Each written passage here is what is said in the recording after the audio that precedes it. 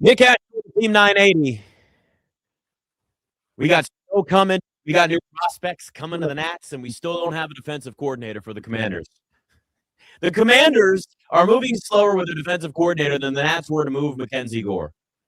I don't know if there's actually a true apples-to-apples comparison there, but I just made it, so that's how we're going to go. Yeah, I have looked at weather reports about 100 times here. I know Sheehan's the ultimate at this. I was texting with him yesterday, and I was just like, dude, so what are we getting? I trust him more than other people. I'm going to be honest with you, but I think we're getting hammered with a lot. I want to buy a flamethrower, but problem is the last time I used a flamethrower around our house, this is a true story, I used it to kill weeds, right? That's what they're made for, to kill weeds, because no grown man just wants a flamethrower to burn stuff. And I killed like real plants, so wife's not really thrilled with the idea of me getting a flamethrower to melt snow, but here we are. We'll see in the next couple of days. I did check. Amazon doesn't really have a lot that we could actually send, so we'll see. Anyway, so Mackenzie Gore sent to the Rangers. That saga is finally over. The Nats make me sad. Hear me out on this. This is. I know that's not like. I'm not saying something that's very deep, that's very thoughtful. The Nats make me sad, and here's why. If we go back to 2019, when they won the World Series, we all celebrated. There was a parade. There was a championship after a Stanley Cup the year before, and we went, wow, DC changed its fortunes in sports. And then the 2020 baseball season, 62 games, a pandemic, a whole lot going on in the world, but baseball tried to make it work. And very quickly with those 62 games, the Nats realized, okay, this thing's done. Like, the season's over. Guys are hurt. Never got a chance to actually defend that World Series title, right? And the Dodgers won that year, and people were like, well, that doesn't count. They played 62 games in the regular season. Whatever. Everything was weird then. We all get that. But then came the teardown shortly after. You're trading away all the stars. This team's moving on and cutting the roster. And then after that, Juan Soto gets moved. And you get a lot back, including Mackenzie Gore. This now signifies another rebuild for a team that was already perpetually rebuilding since they won their World Series. And that's why the Wizards are in a spot right now where with all the young talent they have, you can't screw it up. Because DC sports fans are smart. You understand that like a real rebuild does work. It does matter. That's how you win. That's how you build something long term. But that doesn't mean that the actual rebuild has to be long term, right? Like that's the difference. And if the Wizards continue their trajectory with how they're building this team, I've said it plenty. I love what they're doing, minus the Trae Young trade, but there's a way that you can still make that work. Don't sign him long term. Mackenzie Gore gets traded. It's a bunch of prospects coming back. You probably haven't heard of them. I'm not going to sit here and pretend that I've scouted all these. I'll leave that to somebody else that has done a lot of the scouting for all these minor leagues. They are prospects that are very highly touted. So that's good. And this is what happens in baseball. When you're not going to win right now, and you've got somebody on your roster that's highly coveted around baseball, you make the trade, you bring in prospects, just like you would trading in the NBA or the NFL for draft picks. Same concept. But this is a bigger picture for the Nats now. Because what this ends up being is us looking at a team and saying, yep, starting over again. And it's been this perpetual rebuild year after year after year, even with all the talent they had, right? Even with all the young talent they got in all these trades, that it's continued to just sit year after year after year with what's next, right? That's what it's been. It's what's next. 90 losses after 90 loss season after 90 loss season. And I mean, they got a lot from Juan Soto, right? Gore was part of it, CJ Abrams, James Wood. I mean, pieces that then still led them to 91, 91, 96 losses. That's 3 full seasons since the deal. It didn't work. Like, you can gut a roster, you can rebuild, you can have draft picks, you can try and address all the needs you want. But if you can't actually make that young talent work, it doesn't matter. So it's the right idea, but it doesn't guarantee everything. The Wizards, there's no guarantee that this is going to work out, but I think they're on the right track, and I would tell them keep going that way. The Commanders want to eventually start actually building this team up through the draft and through getting younger and no longer having these 1 and 2 year deals and these proven deals. That's good. But you can have all the draft picks in the world, the NFL, or the NBA, and the Wizards, and this, right? Wizards don't want to lose their first round pick. And they shouldn't. This NBA draft is loaded. But if that talent doesn't translate to the NBA, if whoever the Commanders drafted number 7 doesn't translate to the NFL, it doesn't matter. So there's not just one way to rebuild a team. Some of it is luck. Some of it is actually finding somebody that you know is or able to get somebody that you already know has proven on the field, on the court, that they can actually play at that level. The Nats are an example of how rebuilds don't always work. Just didn't. And they're starting all over again. And it sucks because we never really got to enjoy that actual World Series. So here we are again. We'll see. All right, I'm at Nick Cashew on all of the various socials. So the awards lists, the finalists have come out in the NFL, including Offensive Rookie of the Year. Now, there's a lot of pushback from Commanders fans, and I got to be honest with you. Ja'Cory Crosby-Merritt, Bill did not get snubbed for Offensive Rookie of the Year. I'm seeing a lot of that, and I get it. Solid year, won Offensive Rookie of the Week 4 times. I got a couple of problems with all of this that's out there right now. There are 2 awards. There's the Associated Press Offensive Rookie of the Year, like the real award, and then there's the Pepsi Zero Sugar Offensive Rookie of the Year. We got 2. We got 2 of them. And Ja'Cory Crosby-Merritt isn't on the list for either one of them. And I get it. He won the Pepsi Rookie of the Week or whatever 4 times. That's great.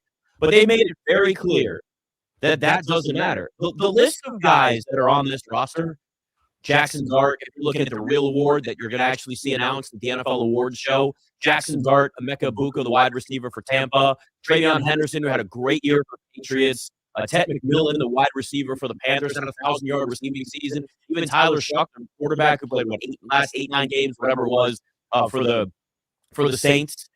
Second most passing yards out of rookie quarterbacks this year. Like, we look at this and think that this was a guarantee that he'd be involved in this, right? If you look at the Pepsi Zero Sugar Rookie of the Year finalists that the NFL tweeted out too, it's basically all the same guys, but they swapped in Ashton Genty and Carson Schwessinger, the tight end for the Saints. Listen, Ja'Cory Crosby-Merritt had a really good year, but he's not Offensive Rookie of the Year good. How often did we spend our time watching Commanders game after Commanders game, wondering where he was? Now, yeah, some of that's on Cliff Kingsbury. I'm not saying that's all on Bill. But the reality is there were a lot of other running backs, a lot of other just offensive players, period, that had seasons that were just more impactful. Now, does it frustrate all of us watching how the run game was handled this year, and clearly the front office and clearly the rest of the coaching staff, or at least Dan Quinn, because Cliff Kingsbury is no longer with the organization? Yeah, like that's a sign. That tells us that. I mean, listen, Bill had 8 touchdowns this year, had a really good season for a 7th-round pick, for a rookie in general. But, I mean, Ashton Genty, Henderson, Quinshon Judkins all had more rushing yards than him, were bigger focal points of the offenses they were a part of. Even Jackson Dart. Jackson Dart had 9 rushing touchdowns this year. I mean, he was a monster this season. Now, in the end, he's probably going to win the award anyway, so the point might just be moot with all this. But I think we need to put in perspective a little bit. The Ja'Cory Crosby-Merritt had a good season, but not nominate for Offensive Rookie of the Year. I know you're mad at me for saying that, Anthony, but it's just not. He's not in the category here where he should be on this list. Very good season, but there's just so many other names that I look at and say, yeah, I would take them over Bill right now. Nah, for sure. I mean, my whole gripe, again, I agree with you when it comes to the AP, Rookie of the Year. But when it comes to the Pepsi Zero Sugar Award, I definitely think he should have at least been a nominee. Maybe he probably wasn't going to win the award, but I think if he would have at least just been nominated. Who would you have taken off the list then? Carson Schwessinger? Okay, he had a good year though, man. I mean, he had a solid year as well. I mean, but you also just don't go out there and win Rookie of the Week 4 times unless those Rookie of the Weeks actually mean nothing. They mean nothing. That's what it tells me. It tells me that that Offensive Rookie of the Week doesn't mean a damn thing. It's just the sponsored award. Well, yeah, I mean, so if we're going to go with that, then I guess Bill maybe shouldn't have been in there. But I still think the fact that he had a rushing touchdown, I think that matters to an extent. It does. He's third amongst, running backs. So I don't know. I think he should have been a nominee. Maybe not have won the award, but at least been a nominee for this specific award. It's just so funny because you and I were talking about this before the show, and There's two different awards. There's the real Associated Press one, and I know this isn't a new thing, but it's just so dumb. It's like, well, here's the real guys that are going to win at the NFL awards ceremony, and then, oh, by the way, also the Pepsi Zero Sugar Rookie of the Year, in case you're wondering. You just swapped out a couple of names so it looks different. Like, you're not even giving us the same names for the official Offensive Rookie of the Year. And I get it. It's a business. I know how this works. It just makes it ring so hollow. It's so empty. Listen, Bill had a good year, and it's going to be really important for them to incorporate him in this offense next season in a major way. And then running back certainly had its questions this year, but also had level of talent. If Chris Rodriguez is back, I mean, that's somebody that I begged for him to get more touches during the regular season, and I think a lot of you did. And you look around and go, okay, so like, what's the plan with this offense? It's not just the defense, but it's also the offense. But yeah, look, I mean, Travion Henderson was really good this season too. In the end, though, we know so MVP is going to end up being a quarterback winning it. We know it. It's that way pretty much every season. That's just how it goes. Offensive Player of the Year is where the award's kind of like, well, you could have been an MVP, but you don't play quarterback, so we're going to give you Offensive Player of the Year. But Offensive Rookie of the Year, it's basically a rookie MVP on offense. It's going to be a quarterback, and it's going to be Jackson Dart. There is 0% chance anybody else wins Offensive Rookie of the Year other than Jackson Dart. You don't think it's going to be Tet? No, I don't. I don't think so. Because Jackson Dart he's flashy. He plays quarterback. He's playing in New York. Mm-hmm. There's a lot of attention on him. You know how this is. It doesn't always mean that it's fair. I'm not saying that Tet McMillan shouldn't win. What I'm saying is he's likely not going to win. 1,000-yard season and 7 touchdowns, great season. But Jackson Dart doing it in New York, the spotlight that was on him, the flashiness, the 9 rushing touchdowns, and really somebody that made them exciting, even when they were an absolutely terrible team, even down the stretch. For me, I've just gotten to the point now with a lot of these awards. If there's a quarterback involved, I'm just jaded, and I just in the end know like it's not really a fair fight. It's not a fair fight for Tet McMillan or Travion Henderson or anybody. It's just going to end up being Jackson Dart. That's how this thing's going to work. Yeah, I mean, that's a lot of how many of the awards are now, especially when you look at MVP is definitely quarterback driven, but I think winning should also matter.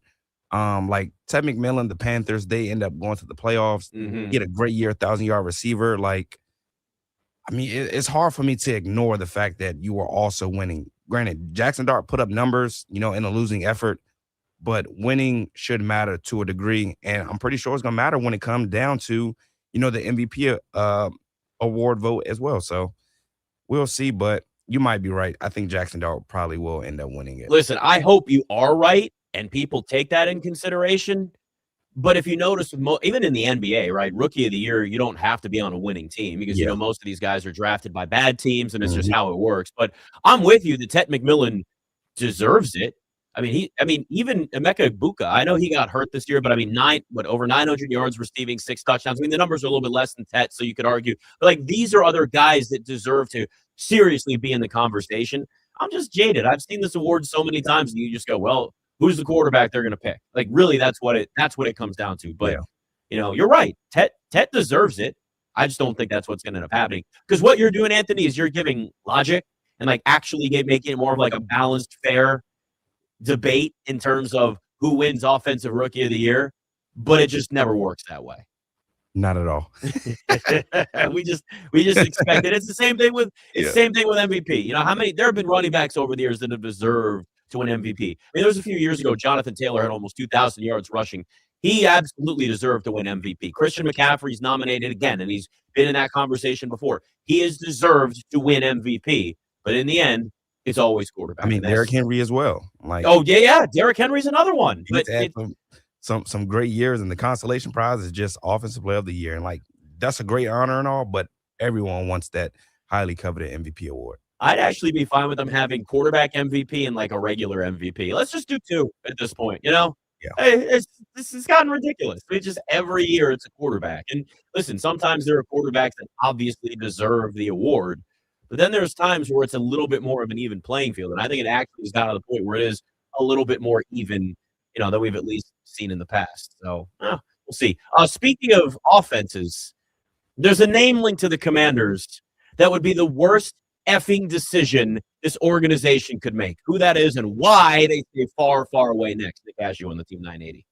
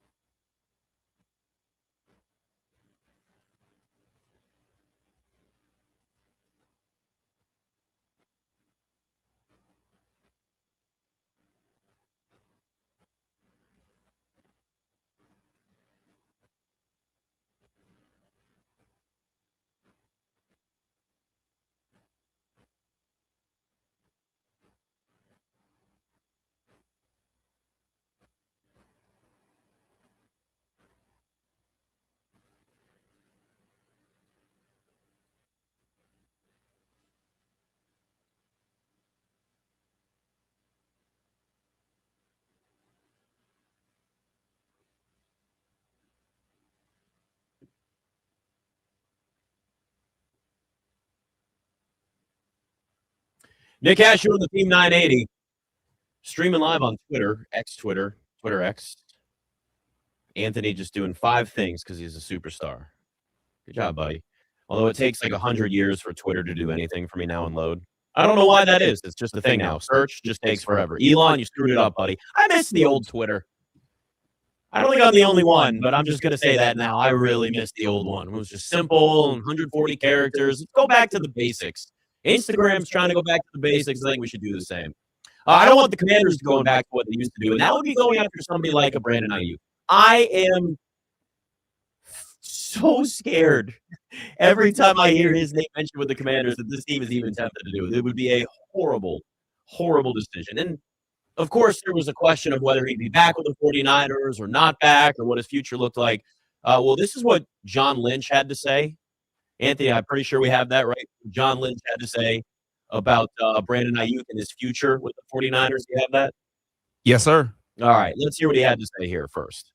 I had a follow up on Brandon. Just it's a guy that you guys made a big investment into, and I know Kyle, you said that after his injury, it was tough to get him in here and get involved, but it's kind of an unprecedented move for him to forfeit that kind of money. Have you been able to determine why he was so upset, why he wasn't showing up, and just any background you can give on that? I wish I knew. I can't help you, man. Sorry. Yeah. Has there been a line of communication with him? There was, but not anymore. At what point did that snap? When I'm coaching, I don't hang out in the training room at all. So I don't see guys much that way. But I say it officially stopped for me when last time I tried to get a hold of him and couldn't. And then tried a couple more times and still couldn't. And then that matched everyone else that was trying to get a hold of him and couldn't. And eventually, there's not much of an explanation because it's really hard for us and anyone else to understand. And that's why it's something I've never seen in 22 years of coaching. So just, it's unfortunate. And it's confusing because it's confusing for all of us. So, but it eventually becomes, it is what it is. And you try as hard as you can to fix something that you don't understand. But it's not like we understand it very well still. But eventually you understand that it's not going to change and you got to move on with your football team, which is always the most important thing.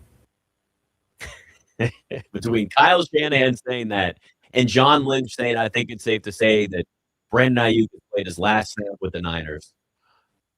Let that headache go somewhere else. Seriously.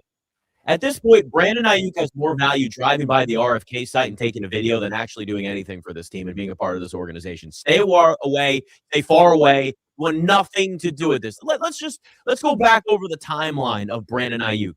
Almost got traded to Pittsburgh in 2024. Remember that? They already wanted to move him before they were going to sign him to an extension.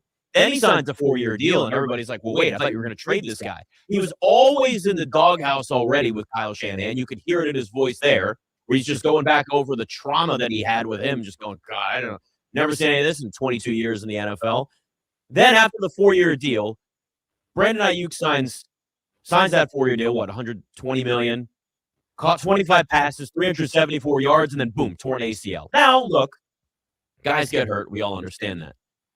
But he was holding out, was already kind of a pain in the ass for everybody, and then all of a sudden gets hurt. Sometimes, you do get hurt when you hold out in training camp and then miss a lot of time. Oh, wait, that was another wide receiver. At least that was different. Thank God, right? But he missed rehab sessions. That's a problem. The 49ers then voided Brandon Ayuk's bonus. They just basically said, well, you're not getting it because you stopped showing up and rehabbing. And usually when a team voids a $25 million bonus like that, there's a grievance filed with the Players Association. Probably didn't even do it. He just was like, yeah, you're probably right. You probably should take it from me because I want nothing to do with this. Like, didn't even fight it. That's a red flag right there. And instead, after that, he essentially misses football for a year and a half, driving by the stadium, flying by, taking videos, doesn't talk to the head coach, doesn't talk to anybody. What the hell would you want with this guy? It's not like he was even consistently a great receiver.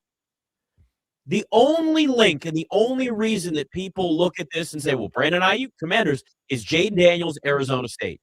Now, yeah, were there moments where Brandon Ayuk showed that he could be a really talented receiver if he had his head on straight? Absolutely. It's a reason why they eventually ended up paying him. I mean, he was a guy that gets you a ton of yak in his prime. Somebody that when it was actually a good situation for him, when he was in the right headspace and, a part of the offense and a part of the team, he's getting the football, putting up some numbers. And you see the talent. But how often have we watched this movie?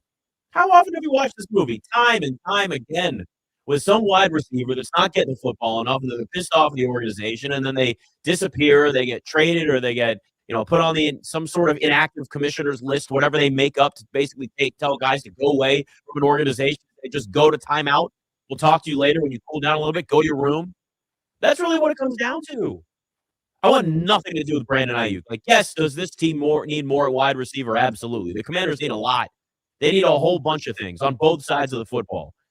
But they don't need a headache. They definitely don't need somebody. If you're going to pay Brandon Ayuk a veteran minimum that you could easily get out from and nothing's guaranteed, you could cut him in the middle of the season, I could live with that, but it's not happening. It's going to cost you at least, I mean, even at $10 million for that season, why? Allocate that money somewhere else. I know they got cap space, but like, is it really worth it? Is it really worth bringing somebody in that has this resume?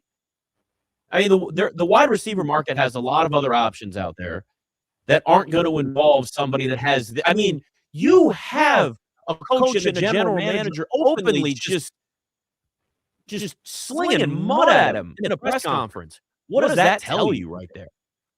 And look, like one-dimensional deep threats in the NFL as a whole, like that's a lot of what he was. He was a big, I mean, he was a deep threat for them. He was a guy that had some of these big bursts, these big moments. But if you look at just the game in the NFL is starting to evolve as a whole anyway, where you're seeing more and more where the NFL is leaning. I know this is crazy, but the NFL is leaning into a little bit more of a run game than it has in years. We're starting to see the actual run game come back more in the NFL, right? Defenses are daring teams to run. They've taken away deep threats. They've taken away, just essentially the receivers that you see out there averaging 19, 20, 21, 22 yards a catch or something along those lines. You just don't see that as much anymore. We're seeing offenses respond, getting bigger, 3 tight end sets now, all of these things. I'd rather the Commanders invest more at tight end so they can have a situation where they're going with 2 and 3 tight ends, and you're not worried about a one-dimensional wide receiver. Like Alec Pierce is getting thrown around a lot. Now, he's not the headache that Brandon Ayuk is, but Alec Pierce could get like $30 million a year. It's not one-dimensional, though.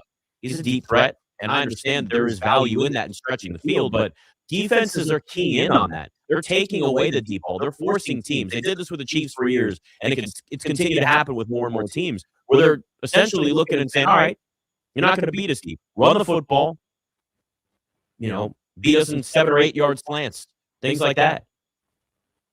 I mean, these big explosive threats like Alec Pierce are great, but if $30 million they're talking about, that's a number getting thrown out there for him.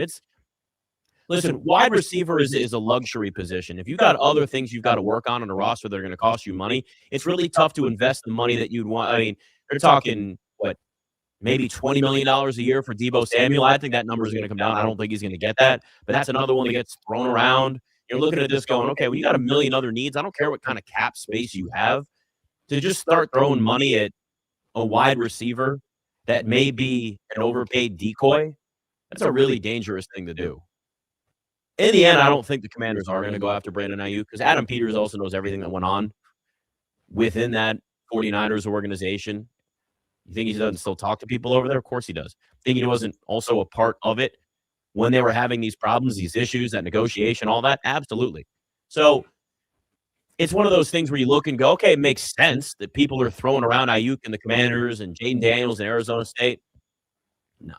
It makes no sense for this team because look, if you're going to preach culture and a better locker room and avoiding everything that was happening before, everything that was the previous organization, previous ownership group, front office, all those things, going after somebody like Brandon Ayuk is, literally the old way of doing things.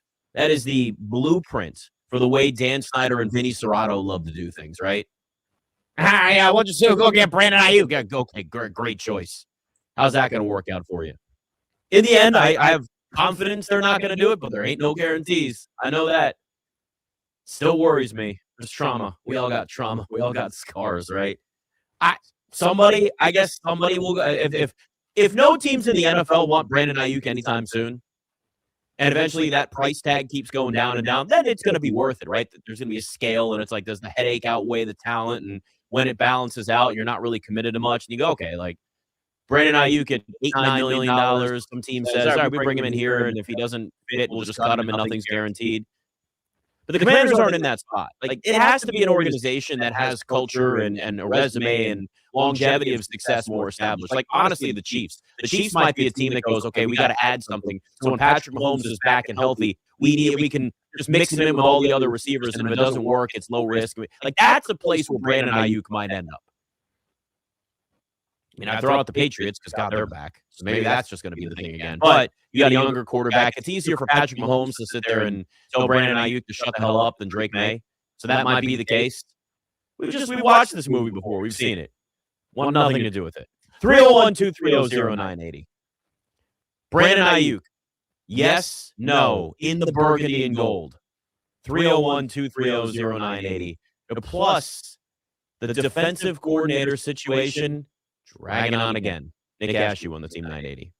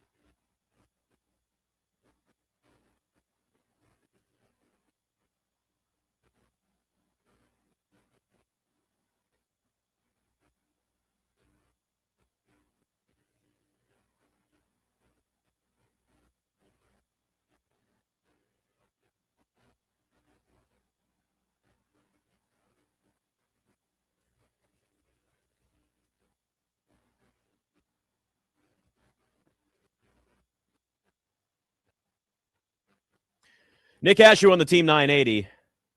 Greek Tony Montana just sent me the odds. I know what the odds are for Offensive Rookie of the Year. Ted McMillan's a heavy favorite.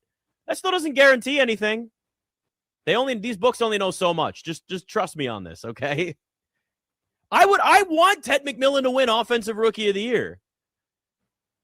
It just always ends up being stupid quarterbacks that win these awards, and there's so many other guys at so many other positions for MVP, Offensive Rookie of the Year that deserve it, that just end up not winning because it's just such a quarterback-heavy league. I'd love to be wrong. I'd love to be proven wrong that the voters are actually going to go the right direction and give it to Ted McMillan.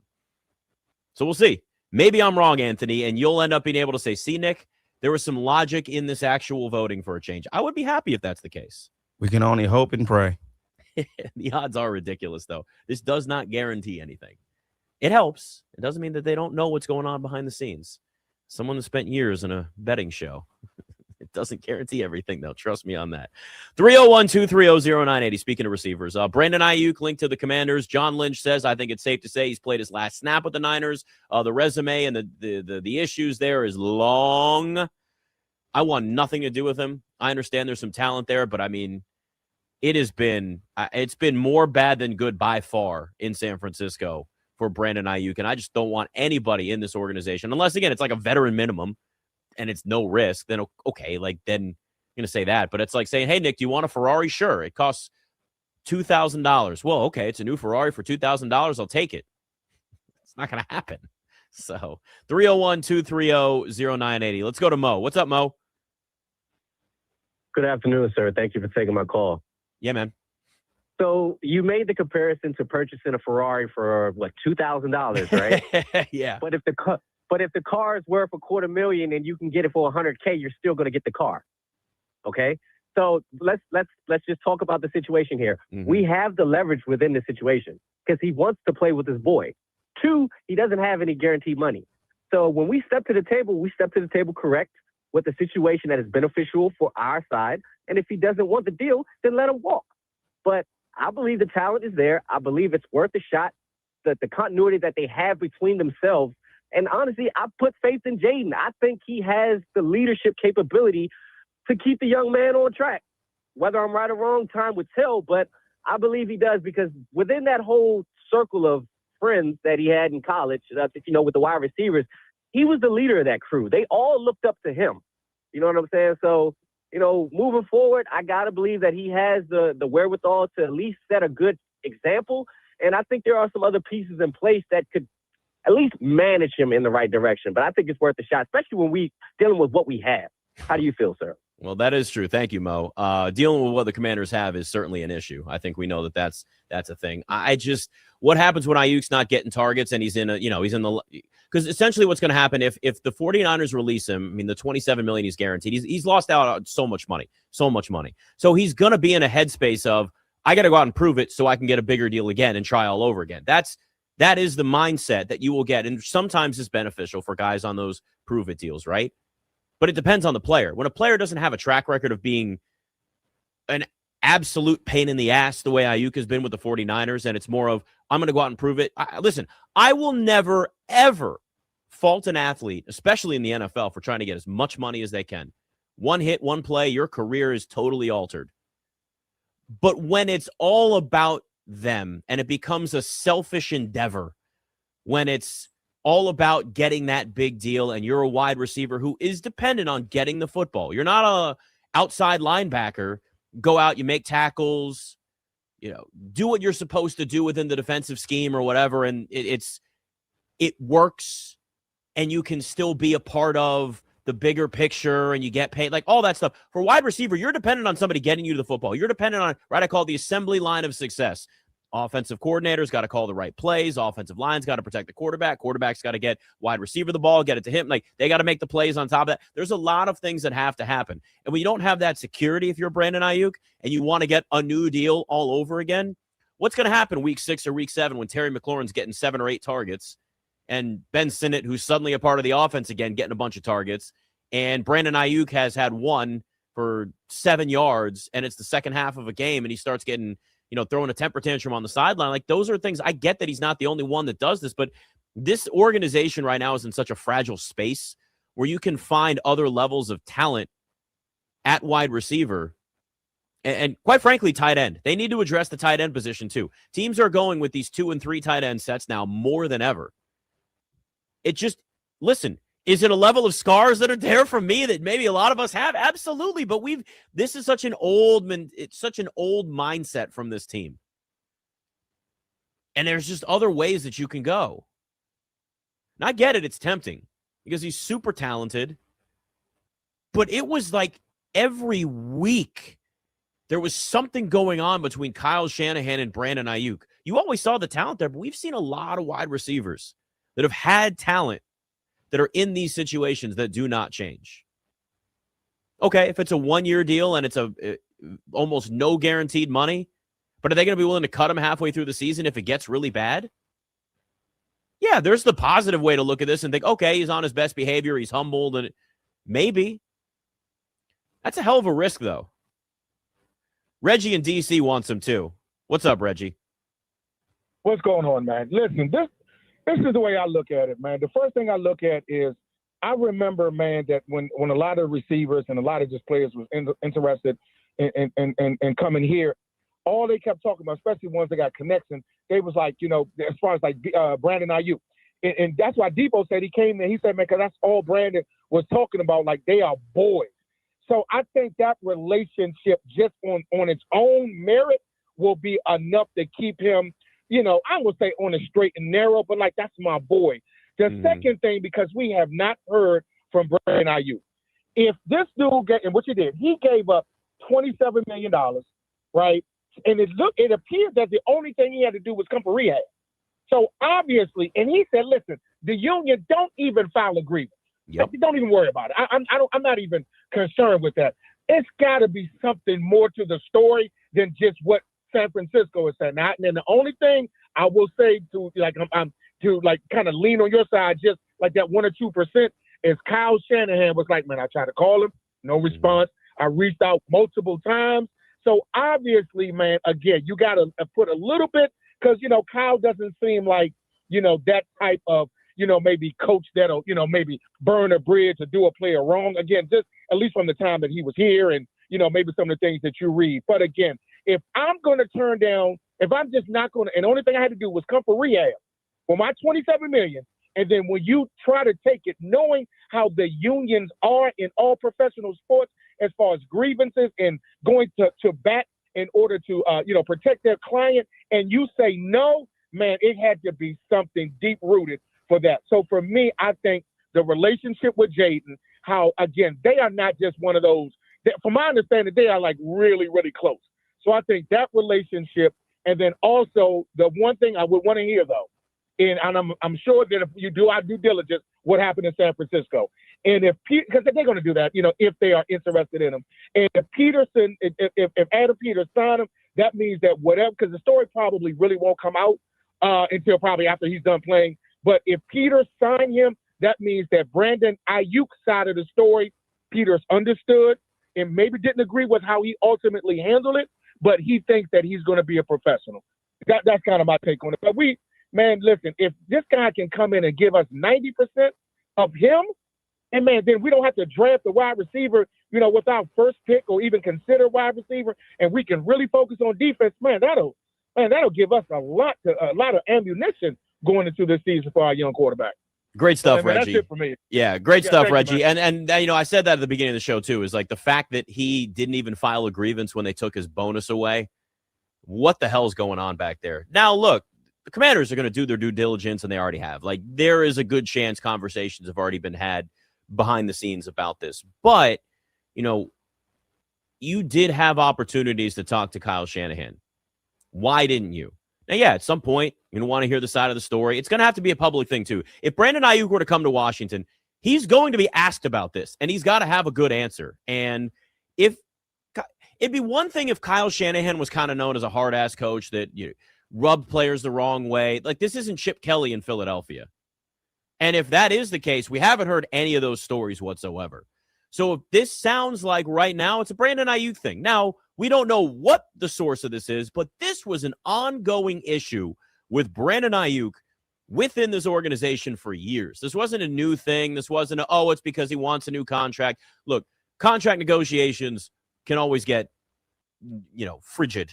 They can get, there's a lot of like back and forth, and it can go a lot of different directions. We saw that with Terry McLaurin. But this is something that was an ongoing track record there with Brandon Ayuk. And that's what's so concerning. Yeah, maybe Jaden Daniels is going to get him to at least early on buy into whatever it is that they're doing. But friends fight too, right? Like, friends have disagreements, especially when it involves millions and millions of dollars. You're kind of mixing money and friendship there in a lot of ways, because if Ayuk's looking to get more money and a bigger deal and have a big season in Washington so we can get a big deal here or somewhere else, and Jaden's not getting the football, what's Ayuk focused on more? His friendship and, worrying about making Jaden Daniels a little upset? Or is he worried about all that money he might be missing out on? I'm going to tell you right now, I'm going to lean with the money. He's going to focus on that first. And again, I wouldn't even blame somebody for that. I don't blame athletes. I don't blame NFL players for trying to get as much money as they possibly can, given the way the sport is. But that also then makes relationships that much more complicated. So, yeah, at the beginning, he's probably excited to play with his guy. Sure.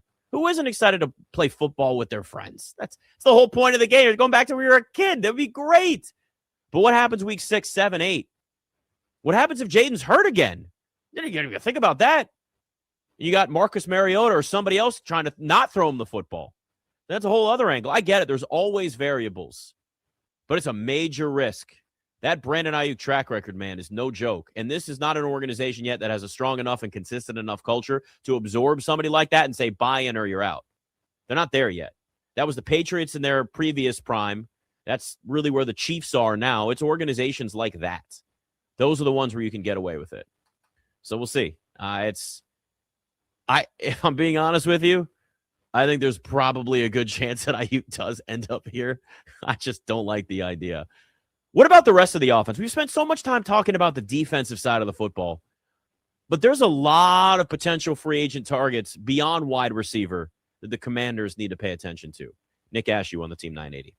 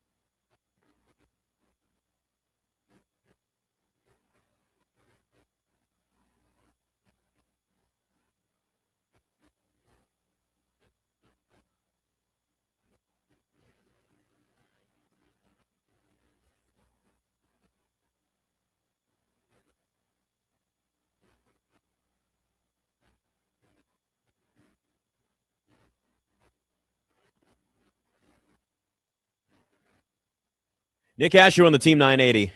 I'm nerding out on some snow forecasts from the friends at the Capital Weather Gang. Oh, boy. We might get hammered. Anthony, I've become a snow prepper. I'm going to tell you that now. I am that guy now. Going out and getting ice melt, stocking up on food days in advance, not waiting until the last minute. I've gotten pretty good at this over the years. I'm proud of myself. I was about to say, have you already gone to the grocery store? Because yesterday, I want to say, I was talking to some of the guys around the station. They said the lines were long, man. And this is yesterday. So I can only imagine what they look like today and what they'll look like tomorrow. So the cheat code is ordering them online and going to pick them up. Then you're not dealing with any of the lines, my friend. Did that and went and picked them up last night. Good to go. Now, was there a lot of stuff out of stock? Absolutely. But they just give you substitutions and you're good. So, yeah, because my thing is like, what if we're stuck for days? Because we all know that there's a lack of snow preparation. There's only like so many snow plows, and we've seen it over the years. I mean, I go back to, I guess they called it Snowmageddon. I don't remember which one of those ones was, but I remember there was like 2 blizzards back to back. Is this 2011? 2011, I want to say, yeah, because I was on this station with its previous name. Man, I was a freshman in high school. You know what? First off, screw you. That makes me feel old. Thank you for that. It goes by quick. I remember when I was your age making those same jokes to people on this station, and now I'm the guy doing that, and I get it. But I will never forget because they put me up in a hotel, and I remember just having to walk across the street, and the only thing I saw on the road was somebody with a snowmobile just going back and forth. And the hotel was right across the street from where this station used to be in Bethesda. And I remember just looking around, and it was like end of the world. And then there was actually, that was a different one because there was another one where they weren't prepared. And it was like it rained 2 days before, like 2 straight days before. So it was wet. They couldn't put down like all the liquid snow melt stuff that they put down. Oh, wow. I guess they couldn't treat the roads the right way. So then it turned into snow, and people were trying to commute home, and everybody was getting stuck. It took me, I am not lying to you when I give you this number. It took me from Bethesda to Arlington at the time 8 hours to get home. I swear to you. 8 hours? 8 hours, dude. It was the most ridiculous thing I've ever seen. I remember I was leaving early then too. Like everybody was kind of getting out. Like nobody was really doing stuff from home then. It was just like not really a thing. And it took me 8 hours. And I'm in a little, I drove like what did I have that? Oh, I had an Acura RSX. Man, That thing's not good in the snow at all. But here's the thing. There was a point I was on 495. And I remember everybody was in one lane, not moving. And there were 3 other lanes to the right where there was like paths where you could kind of drive in it, but it was not pretty. And I said, screw it. Everybody's sitting here one line. I'm going around this whole line of cars. And I took the risk in my little car at the time and just went to the right and drove and bypassed everybody. It still took me 8 hours to get home. I got around Tyson's, and there were jackknife tractor trailers. You know the bridge when you're going towards Tyson's from Maryland, and it's whatever that is when you can get on 66, that big split area, whatever you call it there. Anyway, that area, there was like 5 jackknife tractor trailers, and it's like driving through the end of the world. I'm weaving through this stuff, and I will never forget 8 hours. 8 hours to get home. It was unbelievable. Yeah, that's not the life you deserve, man. No, man. Nobody should have to be in that. Now, 8 hours, good gracious. At least everybody knows this is coming. And now everybody can, we can do so many things from home. Now there are people that are going to be out working in this with very important jobs. So I make it very clear that like those people are massively important, and I hope they're all safe because this stuff is no joke. But I am not important. That's why I talk for a living instead. And I have everything at home that I need, and it's, it's different. So, but yeah, like these projections are crazy. I do have a neighbor that has a snowblower, though. Let me tell you something. You get spoiled very quickly when you use a snowblower, and you never, ever, ever, ever want to shovel again. It's the worst. Wow. I don't even care what shape you're in. I don't care how much you work out. Doesn't matter. Shoveling heavy, wet snow, you're going to feel like you're going to die. Do you got to use the snowblower when the snow is soft? You can't allow it to sit, right? I mean, it's better when it's not frozen over. It'll go through it, but it makes it a lot more difficult. Yeah. The key is to get out there when it's still coming down, but yeah, I hate that so much. When it's like still downpouring snow and you're like, I could go out now, or I could let it pile up more and make things worse. Yeah. Sometimes it just ends up being, I'm just going to let it be worse. This is why I want a flamethrower, man. Just go melt all the snow with a flamethrower. The problem is can't really do it around the cars. Can't do it around the house. So I'm kind of limited in how I can actually do it. So it really doesn't make any sense. But I've thought this through. I've definitely thought it through. So there's that. But this is legit, man. This is, they're talking about all this ice and all this other stuff. It's been cold all winter. I'm over it. Every time I see a commercial for the Masters, I get so excited. I really do. Just that the sound of the springtime and the calm voice, and just you think, oh, spring's gonna be here soon. And then they're like, oh, we got a blizzard coming and it's the end of the world. And I'm like, oh God, it's still January. As long as we don't lose power and everybody doesn't lose power for the AFC and NFC championship games, it is massively important. I don't know what I'll do. It'll also be really cold, so that's pretty important. But like, man, there's gonna be a lot of people that are going to lose power during those games, and that's going to be brutal. Now, there's bigger things in that point probably, but like, I do not want to lose power through that at all. It's just a bad idea. But we'll hope for the best. Maybe it won't actually be as bad. Maybe it'll start to shift. It's the one thing we've learned, right? There's the big 15, 16 inches, and then it's like 5 inches. Oh, cool. This is manageable. I'll take that. We'll be all right. So we'll see. All right. Free agents of the Commanders should consider on the offensive side next. Nick Ashew on the Team 980.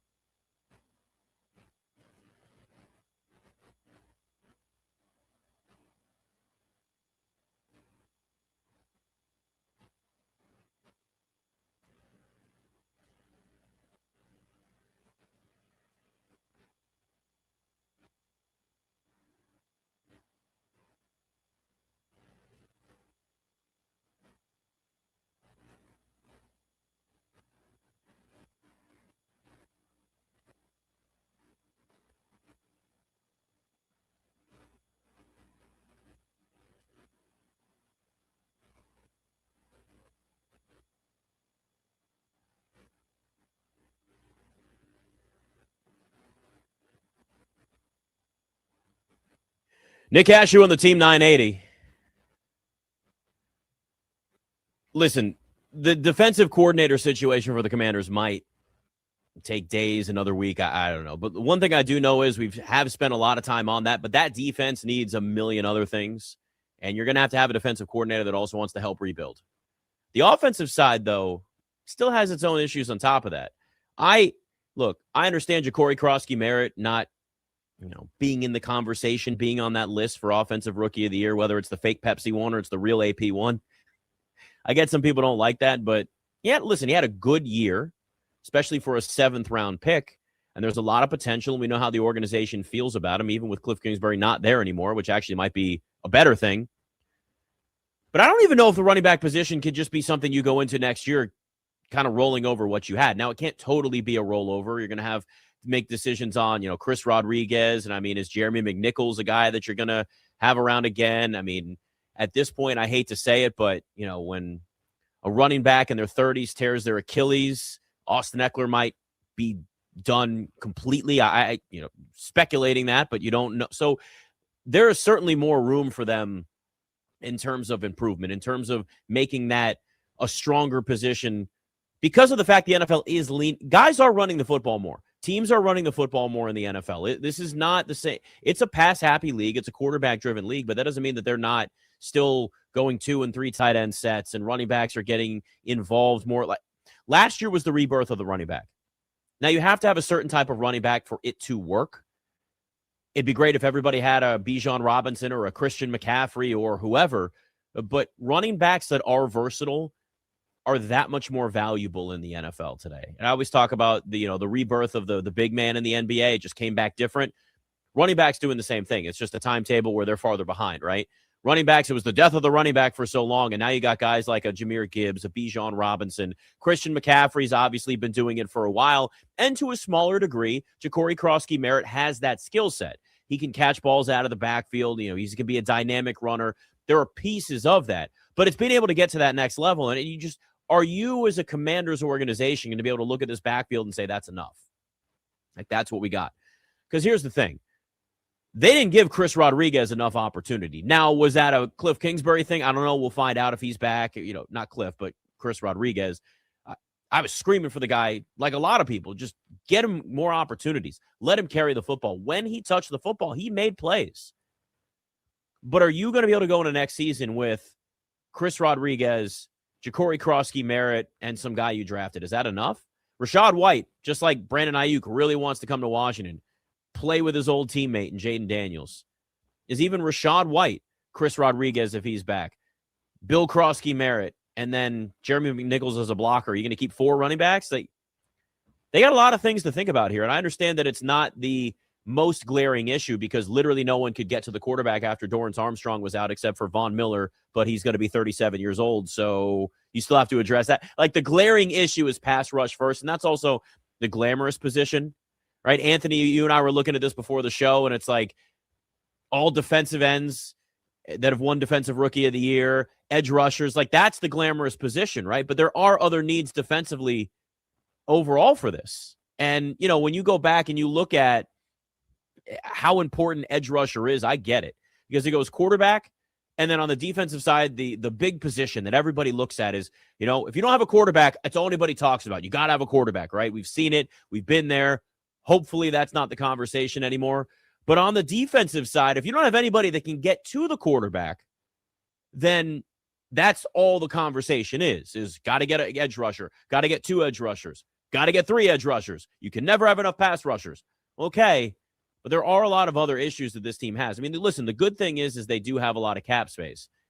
The question is, what are you going to spend that on? Like, is a Breece Hall somebody that you're going to go out and target? Well, we know what it's like to pay running backs and how that rarely pays off. Occasionally it works. Breece Hall's missed some time with his own injuries. Do we look at how he was used with the Jets and just say, well, everything goes wrong with the Jets, so maybe he could get an opportunity like Saquon Barkley did and, go from the Giants to the Eagles and completely revamp his career? Because Breece Hall has a lot of talent. Let me ask you this, Anthony, because you did bring this up to me before the show, and I want to make sure that you get credit for this. I think Breece Hall in Washington for the right price is not a bad idea. if it's a short-term deal. So if I came to you, Anthony, and you're Breece's agent, and I said, here's a 2-year deal, you willing to take that, or you think it's longer? Because that's the big concern, is the being tied to running backs later in their career with longer contracts. I mean, what this regime has been consistently doing the last 2 years anyway is giving a lot of guys shorter contracts and not really investing in those guys long term. So it wouldn't be out of the realm of, Possibility. Because of what they've been doing, the last couple of years. So I mean, I'm in alignment with you though. If we were to, target a running back, it would definitely be short term, because again, like we understand the lifespan, we understand the bumps and bruises that running backs take. And not to say Breece isn't deserving of it. It's just, am I really willing to invest so much money in him, kind of thing? Well, that's what it. I mean, listen, there are plenty of running backs that have talent, that have, the ability to contribute for a short-term period, right? I mean, he's still really young. He's going to turn 25? Yeah. I would give Breece Hall a 3-year deal. I would be okay with that, because you're still in that 28 range where you can, I know we set 30 as this age for running backs, but we've now thrown that into wide receivers too, which is totally not true. It just gets thrown around. I think sometimes people kind of buy in and they're like, oh, yeah, 30. 30 means NFL players are old. That's not really the case. But Breece Hall is young, man. Breece Hall still got a lot left, where I think he may want even more than that. But if they offered him a 3-year deal and it was, 3 years and he's getting, I'm just trying to think of how much they've got a lot of cap space where they could actually overspend on him because he's so young and make it work. I actually would be okay with them overspending a little bit, because there are some spots where they're you're not going to be able to get a huge difference maker for big money at, any of these defensive end. Most of those guys, any edge rushers that are out there in free agency, are either young guys that you think could take the next step, being a part of a new system with more opportunity, or they're 31, 32 years old, and you go, well, how much are we really going to commit money-wise? I would actually rather them, in free agency, commit a little more money to Breece Hall because of his age and his ceiling, versus any of the big-name free agents that are out there at edge rusher. Yeah, I mean, but so my question also to you is, so we have all these glaring needs and holes. Granted, on the defense side of the ball, the entire defense needs to be revamped, to be honest. And I understand, we necessarily don't have a RB1. When it comes to free agency, where on the priority list is running back? Because I will assume that since we have so many glaring needs and on the defensive side of the ball, maybe, linebacker, defensive back, some of those, positions of need are a little bit higher in the priority list for me than, say, running back. But I mean, again, if Breece Hall, if we can get him for a good value, then I'm definitely there. But I just think we should be trying to spend our money elsewhere, because there's bigger needs in those other places. So that's true, but it's also then becomes, okay, who can they spend their money on, right? If you look at, let me just give you linebackers that are going to be free agents right now. Levante David's 36 years old. Bobby Wagner is somebody that we all know is a lightning rod for this organization right now. Demario Davis is 37. Then you could look at somebody like a Kenneth Murray in Dallas, who's 27, kind of hitting his prime. Maybe that's somebody that they'd look at. Matt Milano is going to be 31 and a free agent. Von Miller's on that top of the free agent list, and we know he contributed, but he's going to be 37 years old soon. Alex Singleton, 32. Maybe Quincy Williams, who's about to turn 30. It's hard. Quay Walker is an interesting one, because he's not even 26 yet. That might be somebody that you look at, because you want to target somebody that you can have for a few years. Not now they'll do some of the short-term deals. We've seen that before. They did it with Dexter Fowler and, some of these names where we've seen it, but some of it comes down to being able to identify some of the younger talent that you think could take that next step. Nakobe Dean's going to be a free agent, so you might go down and look at somebody like him who's only 25. There's certainly guys on the free agent market, but it's where you're allocating this money, and where I want them to spend their money smartly, but I also understand they have a little wiggle room for the fact that, one, you've got a quarterback that's on a rookie deal, and two, just in general, you have a lot of cap space. Spending it smartly doesn't always necessarily mean you can put that money towards the biggest position of need, because anybody that you're sitting there and looking at a pass rusher right now, it would be great, but I think they're going to have to address that more either in a trade, which Max Crosby, I'll keep saying that till everybody keeps getting mad at me. But I mean, Trey Hendrickson's going to be, he's 31. Is that really somebody you want to go after? Who's been fighting with the Bengals over his contract for years.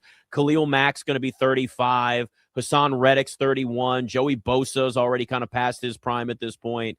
When you start looking at some of these, you got to go farther down the list of some of these edge rushers and find some younger talent that you can look at and say, okay, they could be somebody that works in this system, getting more of an opportunity. So I agree with you that like running back is not the biggest position of need, but it's also one of those things that could still be a need where it's worth spending the money on a Breece Hall, given that his age. Like if Breece Hall was 27, I'd say, not really worth it. But Breece Hall is still only 24 years old, and he's got a lot. I think he's got a lot of tread left on the tires, because there was also, I mean, yes, he missed some games, but they also weren't using him consistently in that Jets offense. It was a disaster. So there's just fewer hits that he's taken. I would, like, if I had to pick one running back, I would love Breece Hall over Rachaad White. Yeah, for sure. I mean, also the reason I bring up running back being a, lower on my priority list is because we've put so much into the offense in terms of assets.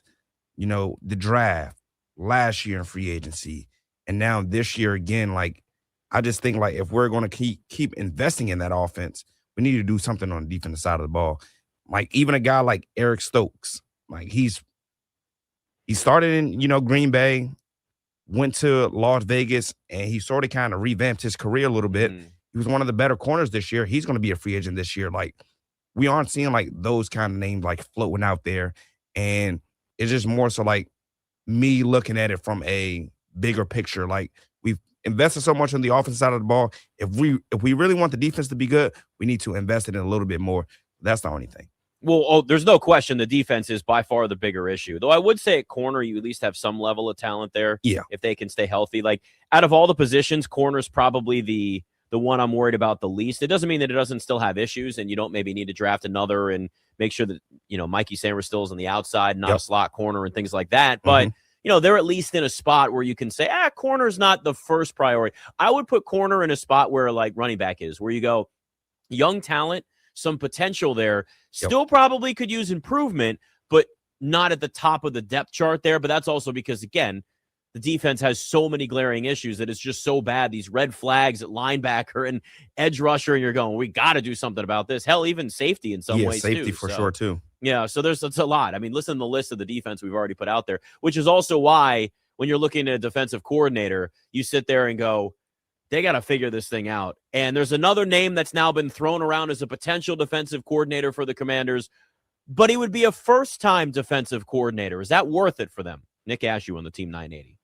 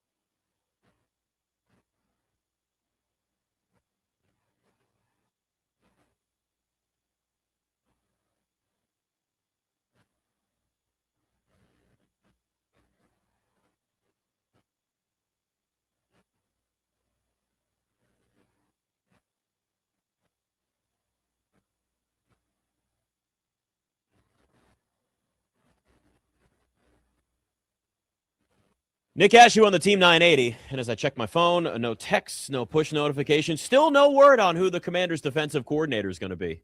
Suspense is killing me. Offensive coordinator surprised us all with how fast that went, right? Now it's the opposite. Completely other side of all of this. And listen, there's a lot of names that are actually that I would be happy with if they decided to go with a Jonathan Gannon, with a Carl Scott up in Seattle. Al Harris is now the interview that everybody's gotten excited about, and his name's been thrown around a lot with, he's the defensive backs coach, and we saw all of the turnovers of the Bears defense generated and all those things. The one thing, though, about somebody like Al Harris is that he would be a first-time defensive coordinator. You'd have a first-time offensive coordinator, a first-time defensive coordinator, and a head coach that doesn't want to have to sit there and hold anybody's hand. Now, I'm not saying you have to, they're not capable of handling it without Dan Quinn, but Dan Quinn, look, I think it's pretty much obvious now Dan Quinn does not want to call plays. He did because it was necessary defensively, but he doesn't want to have to do it. And it's interesting because if you look around the league, it's almost like defensive head coaches are frowned upon if they have to call defensive plays. But on the offensive side of things, you don't get that as much, right? Like Andy Reid's called plays for years, and it's just he's a offensive mastermind. Offensive head coaches calling plays in game isn't really looked at as a bad thing, but it becomes the opposite when it's defensive coordinator. And I've said this too, right? If you look, they hire younger and younger now in the NFL for offensive coordinators. It's the tech world. It's tech bros versus doctors. You want young, creative, thinking outside the box offensive coordinators that bring the next big look. Ooh, David Blau, what's he's going to bring? We have no idea. Big surprise. Defensive coordinator, you're like, well, can they be a defensive coordinator? We have no idea. Al Harris has never been one before. But also keep in mind, too, there is some merit to that in the sense if you look around the league, some of the best defensive coordinators these dudes are aged like a fine wine. They've learned. They've seen it all over the years. And that's just one thing that if you look, that's why I kind of compare them to doctors. You don't want to walk into you need something serious done, and the doctor is 27 years old, and you go, are you sure? You sure you can give me open heart surgery? I'd prefer that not to be the case. But if it's some guy that's going to come in and, build the next great AI model, he's got to be 24 or younger. You're like, well, you're too old. What are you doing still in the tech world? You should be retired at this point. You didn't cash out. I mean, even assistant coach of the year is Vic Fangio is one of them that's nominated. From a defensive perspective, Vance Joseph is there. Obviously offensive Josh McDaniels been around forever.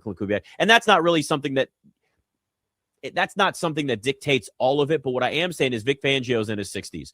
Steve Spagnuolo's in his 60s. And these are regarded as two of the best defensive coordinators. And they're older. So you can kind of age more like a fine wine. And you can make that leap later as a defensive coordinator. But offensive coordinators, you got to basically be offensive coordinator, head coach. And then it's what are you doing still as a coordinator? Clearly, you're not qualified enough to be a head coach. I don't know. I mean, there's a wait. Is this breaking news here, Anthony? That you just texted me? Yes, sir. Jesse Minter is the new head coach for the Baltimore Ravens. Look at that. So they've made their decision. It's going to be weird to not see John Harbaugh walking the sidelines for 18 years. 18 years. So they go with Jesse Minter now as their new head coach, which I know he was one of the names that a lot of people in Baltimore were hoping for, even just talking to Ravens fans. So he's 42, right? Defensive coordinator. You got a defensive-minded head coach. Canceled his second interview with the Browns. That's a sign. Just like Mike McDaniel canceled his head coaching interview with the Browns. By the way, why would anybody want to be the Browns head coach? Seriously, Browns and Bills. The Bills now, it's you realize Sean McDermott dealt with some stuff, right? You're looking at that press conference going, Keon Coleman just catching strays left and right, and they're just we didn't want to draft him. The head coach wanted to. And I'm going, who wants to be a head coach in Buffalo now? They're actually a complete mess behind the scenes. Same thing in Cleveland. So Jesse Minter now is going to be the new head coach for the Baltimore Ravens. And yeah, I think it makes sense, right? When you say, Anthony, they go defensive-minded head coach, it felt like there was no way the Ravens were getting an offensive guy. They just got to figure out how to maximize Lamar Jackson and keep him healthy too.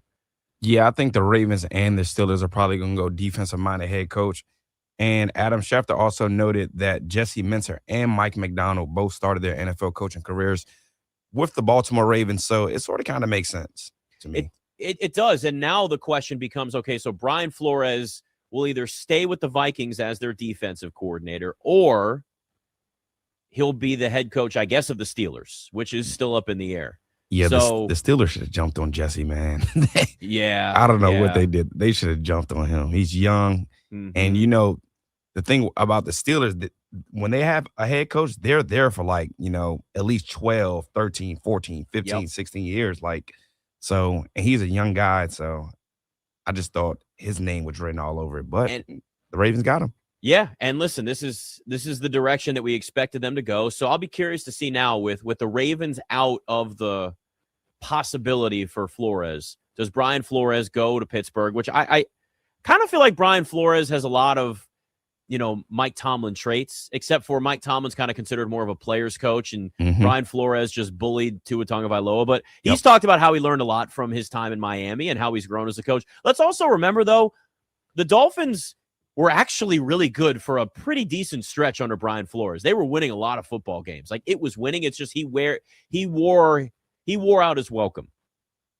You know, when a coach just has that, like, they're just so intense that eventually, especially in the pros, a lot of these guys are just like, all right, dude, enough. Like, I'm sick of it. I'm sick of hearing you act this way. So I would be curious to see what Brian Flores would be as a head coach, having learned from that, how much he'd change. I don't think it would be like a ton, but you could also, with that Steelers culture, I think he'd make sense. And he was in that organization after everything went down with the Dolphins. Now, I don't know what that lawsuit means for Flores as a head coach. That's probably going to go to like the Supreme Court. That is above my pay grade. I have no idea what that means. But what I do know is that Brian Flores would certainly make sense in Pittsburgh. And if not, he's going to stay with the Vikings now, because it's clear the Ravens obviously are not going to be hiring him as a head coach if Jesse Minter gets that job now. So it's pretty much down to that, I guess, at this point. Yeah, I think that's what, you know, keeping him from being a head coach, the lawsuit. Like, yeah, the owners have not let that go. Granted, it happened a couple of years ago. So to us, it might have seemed like some time has gone by, but the owners, it's still fresh, and they're hanging that over their head because he's more than qualified. Again, the Minnesota Vikings defense was one of the bottom worst defenses in the NFL when he inherited it. And now it's a top 10 defense, and you can't take away, you know, his productivity when he is, you know, the defensive coordinator somewhere. So it will be interesting to see if they actually, you know, put their pride aside and actually just take him on. But I find it hard to believe that he'll be in Pittsburgh. So you're saying that billionaire owners hold a grudge? Yes. Really? I would have never guessed such a thing. Wow.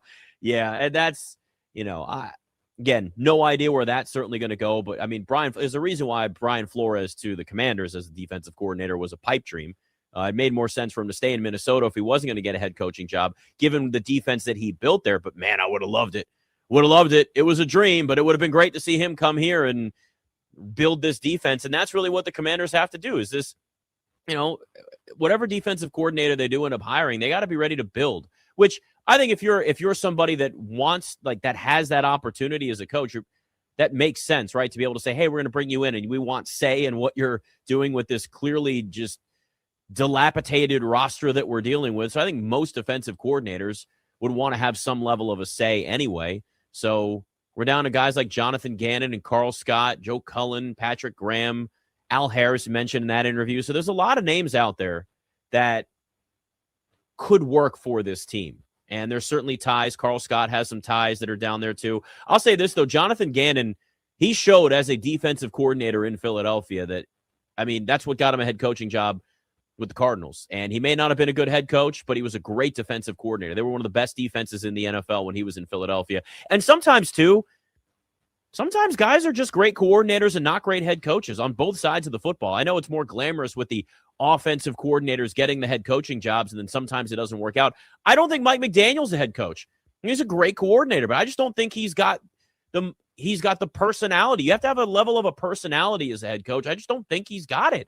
And that's not a bad thing. I think we've gotten to the point now where when you look at coordinators that are really, really good, defensive, offensive, doesn't matter, and then you watch them not succeed or succeed for a little while, and it's not that long, depending on who it is. Mike McDaniel had some success as a head coach, but when it doesn't bring like a Kyle Shanahan level of success or a Sean McVay level of success, people are like, well, they're just a coordinator. Well, okay. They're one of maybe the most brilliant defensive or offensive minds that can go on and have a ton of success. Like Jonathan Gannon could go on and have a ton of success as a defensive coordinator in Washington or somewhere else. Mike McDaniel could go on and have a ton of success as the offensive coordinator of the Chargers or somewhere else down the road.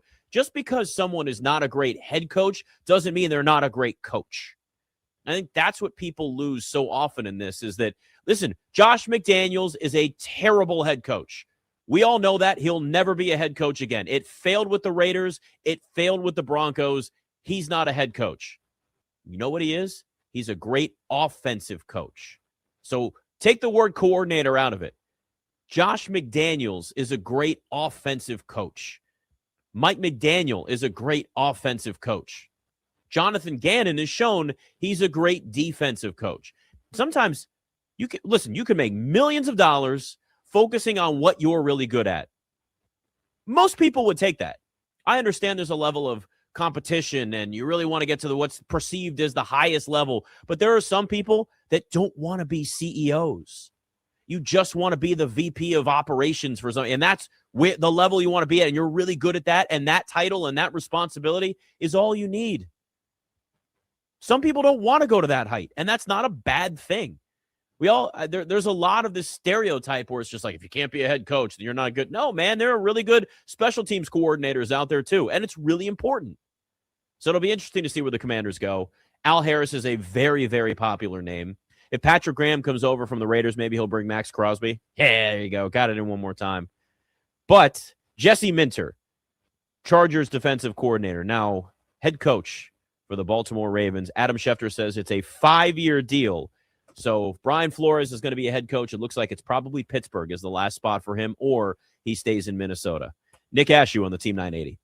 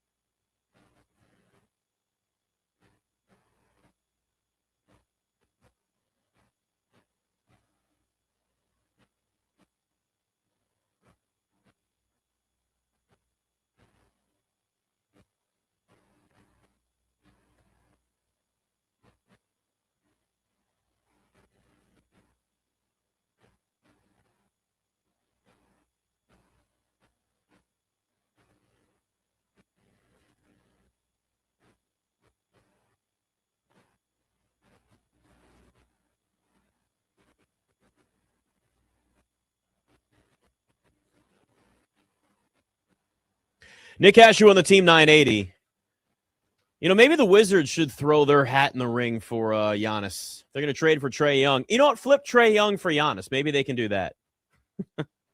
So now Giannis is he is gone. He is. There is no way the Bucks don't trade him at this point now.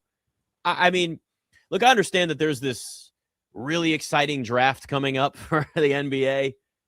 But if you got a chance to get Giannis and you give up a first-round pick, I wouldn't do it if I'm the Wizards, only because they're just so young that, well, one, he's not going to sign an extension. So it really doesn't matter anyway. But it would be fun to imagine. It would be fun to go watch him at Capital One Arena, where, Anthony, you're going to be tonight, right? You watching the Nuggets and Wizards? Yes, sir. I'm sad, though, that Jokic won't be playing, but No. I still am excited to see our young guys. They've been playing well. I really love what the Wizards are doing, and I understand that rebuilds aren't fun, but it's at least a rebuild with a plan. It's gut this thing all the way down and find the young talent you have. I mean, just the growth of Alex Sarr from year 1 to year 2 has been, I mean, feels like a totally different player. He's just so much more confident. He's tougher. And I mean, Trey Johnson, he's getting Ray Allen comparisons already. And I know it's a little dangerous, but like we're seeing it, dude shooting from the logo, you know, Keyshawn George, go down the list. They got a lot of young, talented players on this team. And this is where the Nats were, right? It's like Mackenzie Gore gets traded today and you sit and look and go, oh man, remember when we thought Mackenzie Gore and that whole haul for Juan Soto was going to be the start of the next era, the next dynasty for the Nats, and then they just lose over 90 games every year since the trade, and you go, well, guess that's not going to change. That's why it's really key for the Wizards, is they're in a spot where you go, you're doing the right thing, but the arrow has to keep pointing up. You can't just be in a perpetual rebuild for 3 or 4 years, and then the young guys that were supposed to be part of the future all get traded away. Now, I get it, Mackenzie Gore, it's one versus, you know, an entire roster, but the Nats haven't gotten anywhere with that rebuild.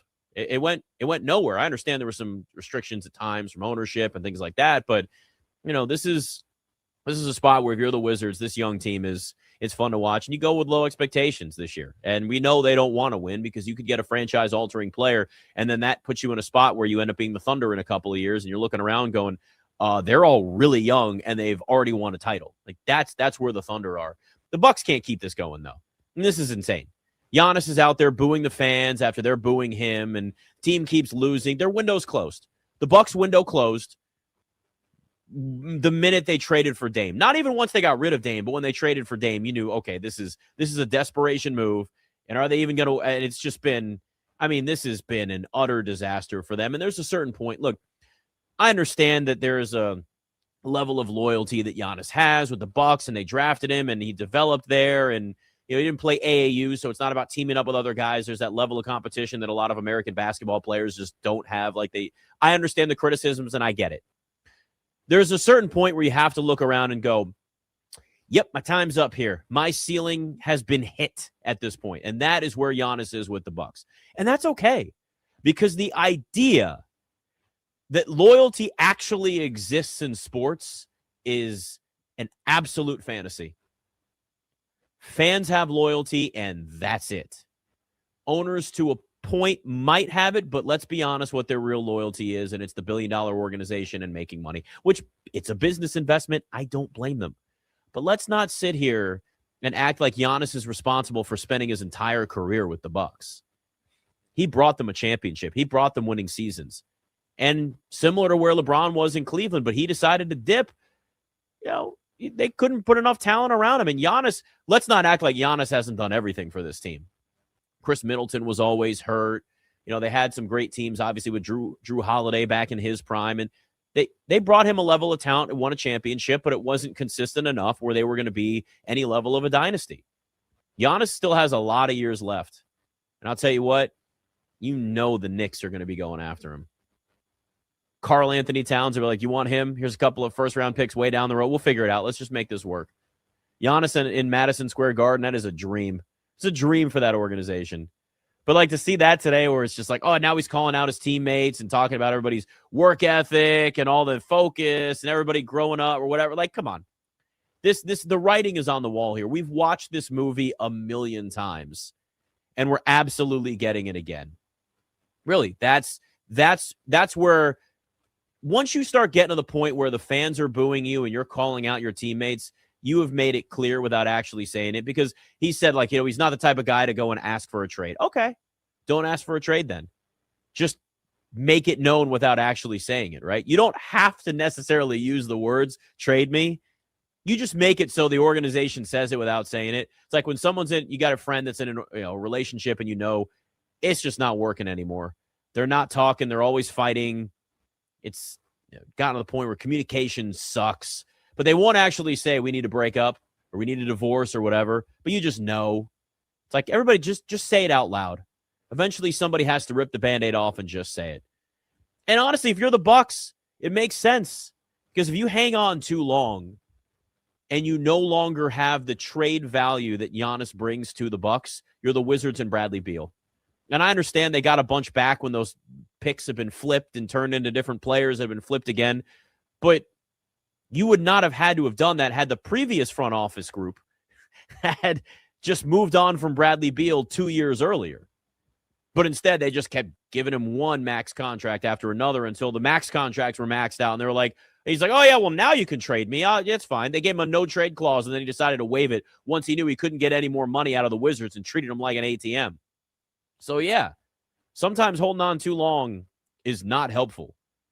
And if you're the Bucks, this is the time. Rip the Band-Aid off. You've got a great draft coming up. Maybe you'll find a team or two that's willing to give up a first-round pick in this year's draft. Maybe you can use something like that to package and even move up. I mean, there are options out there.